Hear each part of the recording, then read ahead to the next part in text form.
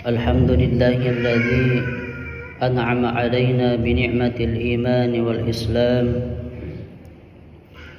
bi ni'matis sihhah wal faragh. Asyhadu an la ilaha illallah wahdahu la syarika lah wa asyhadu anna Muhammadan 'abduhu wa rasuluh. Allahumma salli ala sayyidina Muhammad wa ala alihi wa sahbihi ajma'in, amma ba'd. Fa ya ibadallah ittaqullah haqqa tuqatih wa la tamutunna illa wa antum muslimun.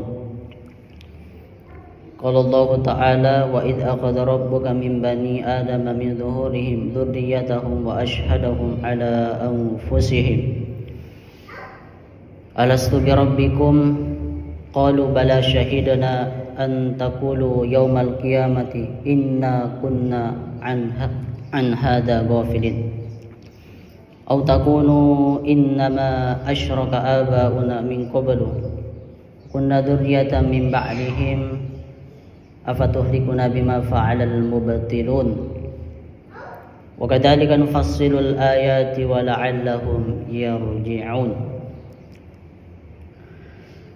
Sadaqallahul azim. Hadirin teman-teman labiki, bapak-bapak jamaah Jumat yang insyaallah sama-sama dimuliakan, yang insyaallah sama-sama diberkahi, yang insyaallah akan diberikan tempat terbaik oleh Allah Subhanahu wa ta'ala. Alhamdulillah, kita kembali bersyukur kepada Allah Subhanahu wa ta'ala, di mana pada hari ini, tepat pada hari Jumat kedua setelah kita merayakan hari raya Idul Fitri, tepat pada hari Jumat kedua setelah kita ditinggalkan oleh bulan suci Ramadan. Begitulah waktu, Pak, begitu sangat cepat. Terasa begitu singkat, terasa begitu cepat waktu itu. Furasi jumasi. Silalota sedima jumasi fema. Silalona sedima jumasi fema. Begitulah waktu sangat singkat kita rasakan, Pak. Tetapi pada hakikatnya waktu itu tidak pernah berubah. Ya rawat tuwe de enang kana berubah. 1 jam itu tetap 60 menit. 60 menit itu tetap 1 jam. 1 menit itu tetap 60 detik. 60 detik itu tetap 1 jam. Tidak pernah berubah. Hanya perasaan kita merasa ya rawat tuwe sangatlah singkat. Faktornya apa yang menyebabkan? Apa yang menyebabkan sehingga kita merasa waktu itu begitu singkat? Kemungkinan besar karena hari-hari kita itu diisi dengan banyak sekali berbagai macam kegiatan. Dan tentu harapan kita yang mengisi hidup hari-hari kita merupakan hal-hal yang bermanfaat. Jangan justru yang mengisi hidup kita, jangan justru yang mengisi waktu-waktu kita di setiap hari itu justru hal-hal yang sama sekali tidak ada manfaatnya. Hadirin jamaah Jumat, itulah waktu terasa singkat. Namun pada hakikatnya waktu itu tidak pernah berubah. Bahkan 1 tahun itu tidak terasa, Pak. Bisa kita buktikan. Silalona pura ramalang, tendi sedih si matu tama si ramalang. Pura si ramala si fema. Pura si ramala si fema. Waktu itu tidak terasa.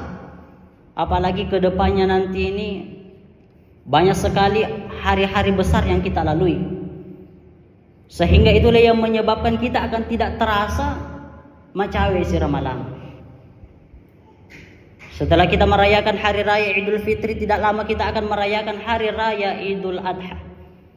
Di bulan Dzulhijjah nanti, 1 bulan itu tidak terasa, terasa sangat singkat, terasa begitu cepat. Kenapa? Karena banyak sekali kegiatan yang akan kita lakukan di bulan itu. Ada yang sudah mempersiapkan untuk berkurban, memotong kambing, memotong sapi dan lain sebagainya.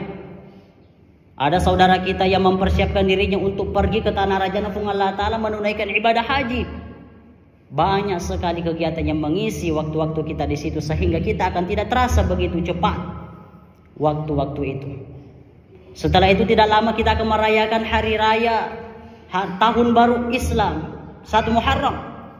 Dan setelah itu beberapa bulan ke depannya nanti tidak lama kita merayakan, sebagian dari kita merayakan tahun baru Masehi, tahun baru 2026. Ya natama nimatu tahun baru 2026.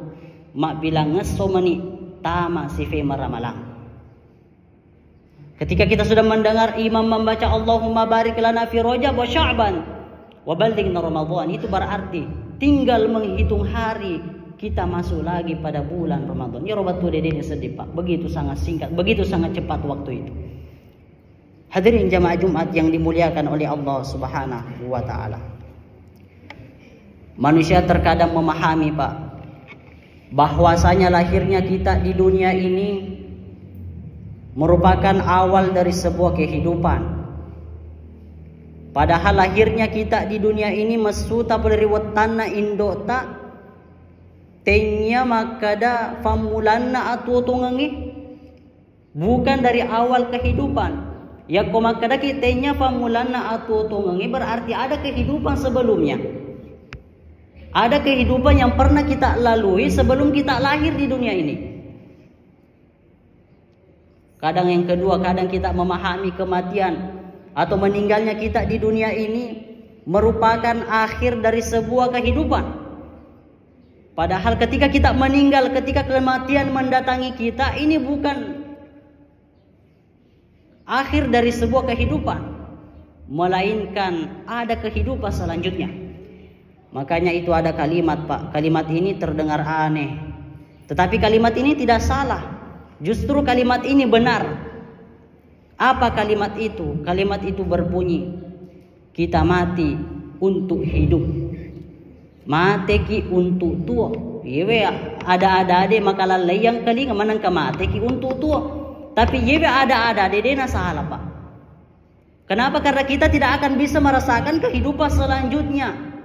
Kita tidak bisa merasakan kehidupan di alam barzah ya kodei famateki jolo. Kita tidak akan bisa merasakan kehidupan di alam akhirat. Kita tidak bisa merasakan yang namanya surga, nikmatnya surga. Kita tidak bisa merasakan yang namanya pedihnya neraka, siksa neraka, jikalau kita denai famateki jolo. Itulah mengapa kita mati untuk menghadapi kehidupan selanjutnya. Makanya dikatakan mati itu untuk hidup. Hadirin jamaah Jumat yang dimuliakan oleh Allah Subhanahu wa taala.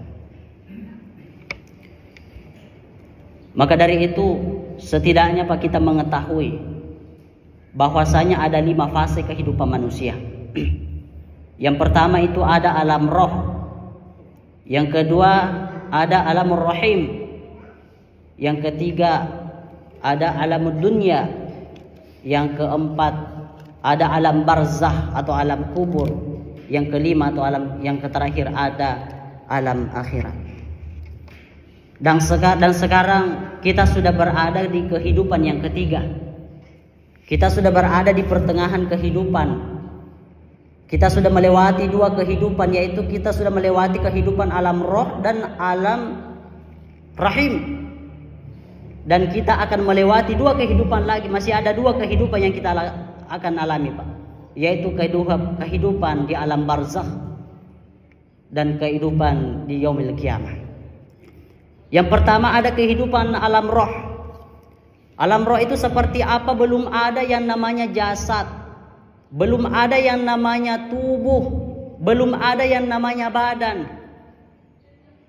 Ada proses di alam roh itu Pak. Apa proses di alam roh? Disitulah Allah Subhanahu wa taala mensyahadatkan kita. Jadi riolo deva napakangka kifung Allah Ta'ala rilalawatan na indota furameman ni engka proses ilalui. Apa proses itu? Kita disyahadatkan di alam roh. Riolo deva napakangka kifung Allah Ta'ala rilalawatan na indota ifa syahadat meman ni kufung Allah Ta'ala. Engka meman ni janji ta'rifung Allah Ta'ala. Apa janji kita? Alastu bi rabbikum musabbika gaya puamu. Qalu bala syahidana ya nora nasar rohe. Iye fuang usabiki idi fuaku. Jadi di alam roh itu Pak, kita sudah bersaksi, kita sudah berjanji kepada Allah, kita mengakui ketuhanan Allah. Kita sudah mengakui, bersaksi bahwa Allah itu adalah Tuhan. Berarti jikalau ada orang keluar di muka bumi ini, engkau tahu pura ijajah mesuni poleri babuana indokna, nina payero tawe, dena teperi fung Allah Ta'ala. Dena akui fung Allah Ta'ala sebagai fuang. Berarti ini orang Pak mengingkari janjinya kepada Allah Subhanahu wa taala. Nah, sakari janji dari Allah Ta'ala. Karena kita sudah pernah berjanji sebelumnya. Jadi hati-hati Pak. Kalau kita berbuat kesyirikan di dunia ini, engkai fancaji fuang sangadina fung Allah Ta'ala, ada yang kita jadikan sebagai Tuhan kecuali Allah, berarti kita mengingkari kewajiban, mengingkari perjanjian kita dahulu kepada Allah Subhanahu wa taala. Tetapi Allah Subhanahu wa taala menciptakan roh, dena gena ya ke roh mi bawang. Tidak cukup jikalau cuma ruh. Kenapa? Karena ruh itu Pak, itu tidak bisa menyembah. Ya ke roh mi bawang dena sengi masong parifung Allah taala. Makanya diciptakanlah jasad di dalam rahim. Roh itu baru bisa menyembah kepada Allah kalau disatukan dengan jasad. Makanya ada kehidupan yang kedua, yaitu kehidupan di alam rahim, yaitu kehidupan ada proses di dalam perut ibu kita, di dalam rahim ibu kita. Disitulah terbentuk telinga, disitulah terbentuk hidung, disitulah terbentuk mata, terbentuk kaki, perut dan tangan lain sebagainya. Kemudian ditiupkanlah roh, maka semuanya berfungsi. Hadirin jamaah Jumat yang dimuliakan oleh Allah Subhanahu wa taala. Itu alam yang kedua. Yang ketiga ada yang namanya alam kubur, alam dunia. Alam dunia yaitu, saya tidak usah menjelaskan alam dunia itu seperti apa Pak.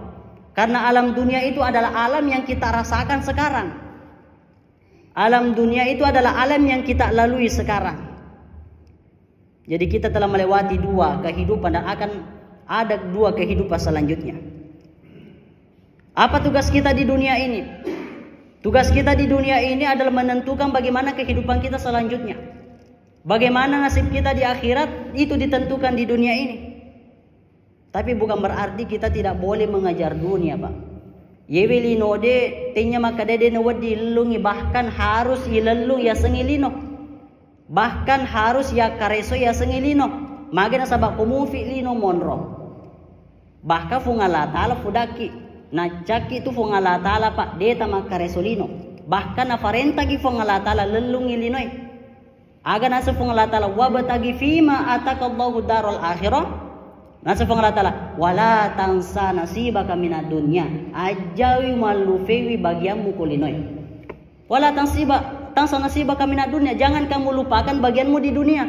Berarti Allah itu melarang kita untuk meninggalkan dunia. Dunia ini harus kita usahakan, harus kita kejar, harus kita cari. Tetapi di ayat tadi itu nafam mulai Allah Ta'ala nasabak bicara akhirat. Artinya apa? Mengejar dunia silakan.